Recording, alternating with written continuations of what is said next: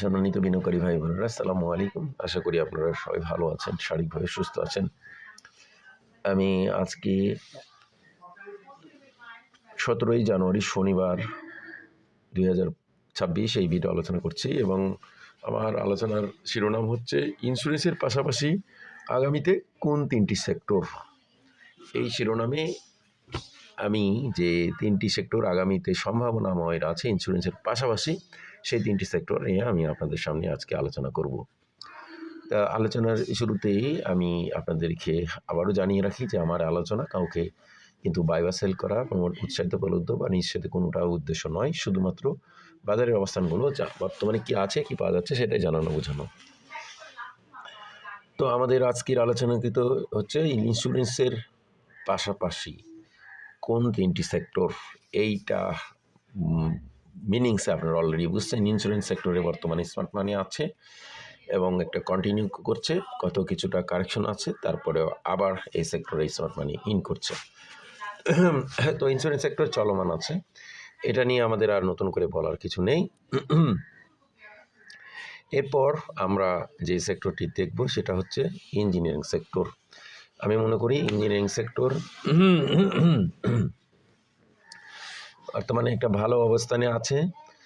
গত দিন আমরা দেখছি 88.67 পয়েন্ট ক্লোজ ভ্যালু নিয়ে দিন শেষ করেছে। পূর্বের দিন থেকে 0.26 পয়েন্ট ডিক্রিজ করেছে। এই ইঞ্জিনিয়ারিং সেক্টর ওর আমরা যদি দেখি 1 বছরের মধ্যে সর্বোচ্চ ভ্যালু ছিল 107, লোয়েস্ট ভ্যালু 81.78। দেখুন, এই ইঞ্জিনিয়ারিং সেক্টর কিন্তু মার্কেটে একটা যে খুব বড় পার্টিসিপেশন নিয়েছে এরকম বলা যাবে না, কারণ তাদের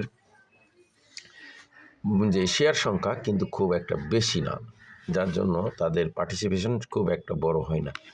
তার মধ্যেও আমরা দেখছি গত কয়েকদিনে তাদের ভলিউম যেটা ছিল, সেই ভলিউম যেমন আমরা যদি 1 জানুয়ারি দেখি 25 কোটি, তারপরে 4 তারিখ 43 কোটি, এবং আস্তে আস্তে আরও লেনদেন কমে গত দিন 21 কোটিতে নেমে আসে।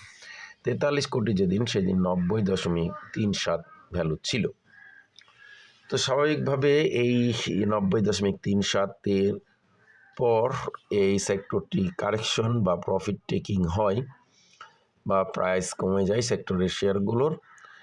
এখন আমি যে বিষয়টি বলতে চাচ্ছি, দেখুন, এই সেক্টরটি কিন্তু বর্তমানে ভলিউম কমে পাশাপাশি কারেকশন লেভেলে চলে এসেছে, যা আগামীতে এই সেক্টরের একটা ভালো সম্ভাবনা উকি দিচ্ছে।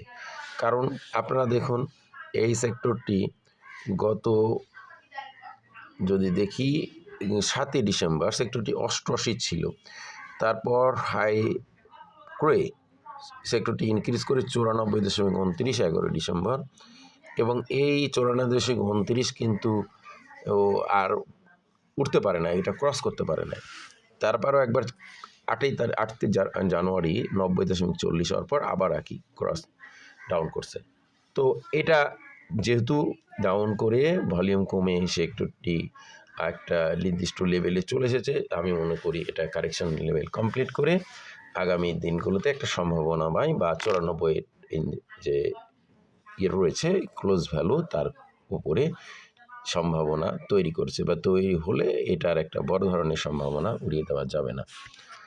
এরপর আমরা যেই আমাদের শিরোনামে ছিল ইন্স্যুরেন্স সেক্টরের পাশাপাশি আর যে 3টি সেক্টর, সেটার সম্ভাবনা আলোচনা করছি।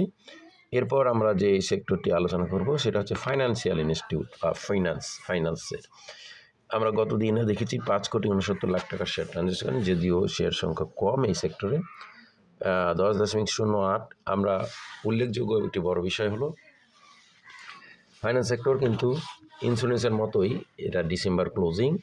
সুতরাং এটা যে ডিসেম্বর ক্লোজিংয়ে ব্যাংক সেক্টরের ইনক্রিজ পাশাপাশি এই ফাইন্যান্স সেক্টর ইনক্রিজ করে, কিন্তু ব্যাংক সেক্টর অনেক সময় বড় পেড আপের কারণে সেটা খুব একটা বড়ভাবে ইনভেস্ট এখানে হয় না, বা বড় বিগ পেড আপ থাকার কারণে সেখানে স্মার্ট মানির খুব একটা লক্ষণীয় পার্টিসিপেশন থাকে না, কিন্তু এই ফাইন্যান্স সেক্টরে যেহেতু শেয়ারগুলো বা খুব একটা বড় পেড আপ নেই, এই পরন্তু বর্তমানে ফাইন্যান্স সেক্টরের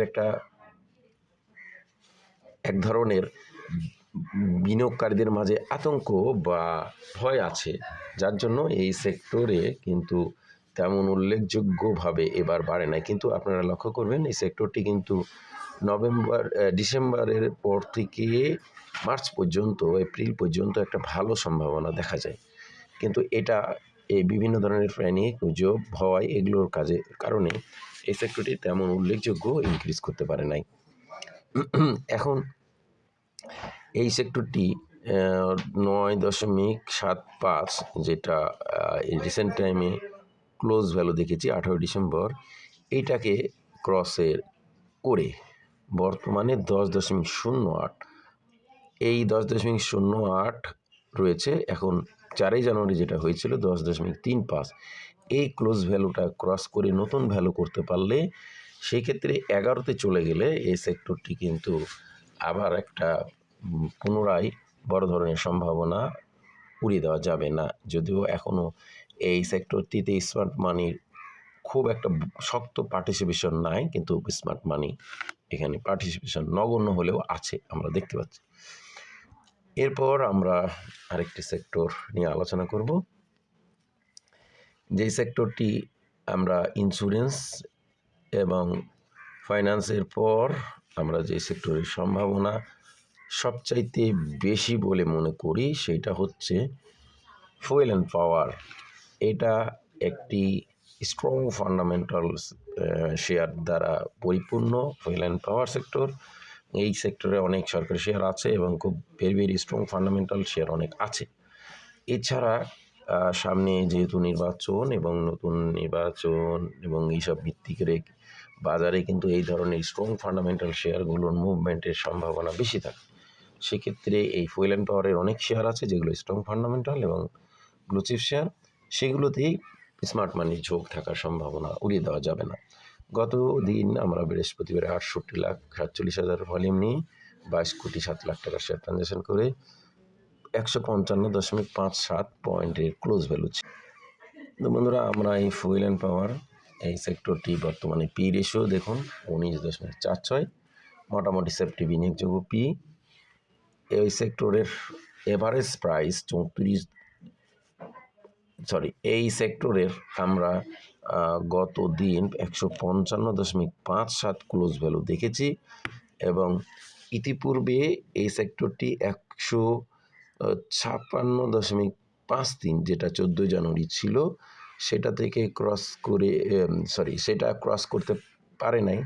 155.57 ক্লোজ ভ্যালু ছিল, কিন্তু এই ক্লোজ ভ্যালুটা কিন্তু এখন অপেক্ষা করছে 157.58, যেটা 23 ডিসেম্বর এই ভ্যালুটা যেটা হয়েছিল, এটা ক্রসের অপেক্ষায় আছে।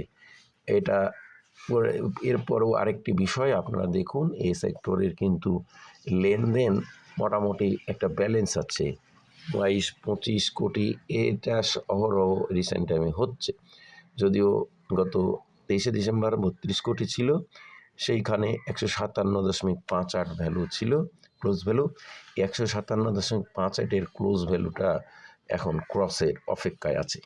এই ভ্যালুটা ক্রস করলে সেক্টরটি কিন্তু পুনরায় একটা ভালো সম্ভাবনা উড়িয়ে দেওয়া যাবে না। বন্ধুরা, আমাদের আলোচনা কাউকে বাই বা সেল করার জন্য না, শুধুমাত্র সেক্টরগুলো অবস্থান জানানোর জন্য এই আলোচনা। তাই আজকে পর্যন্ত সবাই ভালো থাকুন। আসসালামু আলাইকুম। এই আলোচনা দেখেও বাই সেল করবেন না।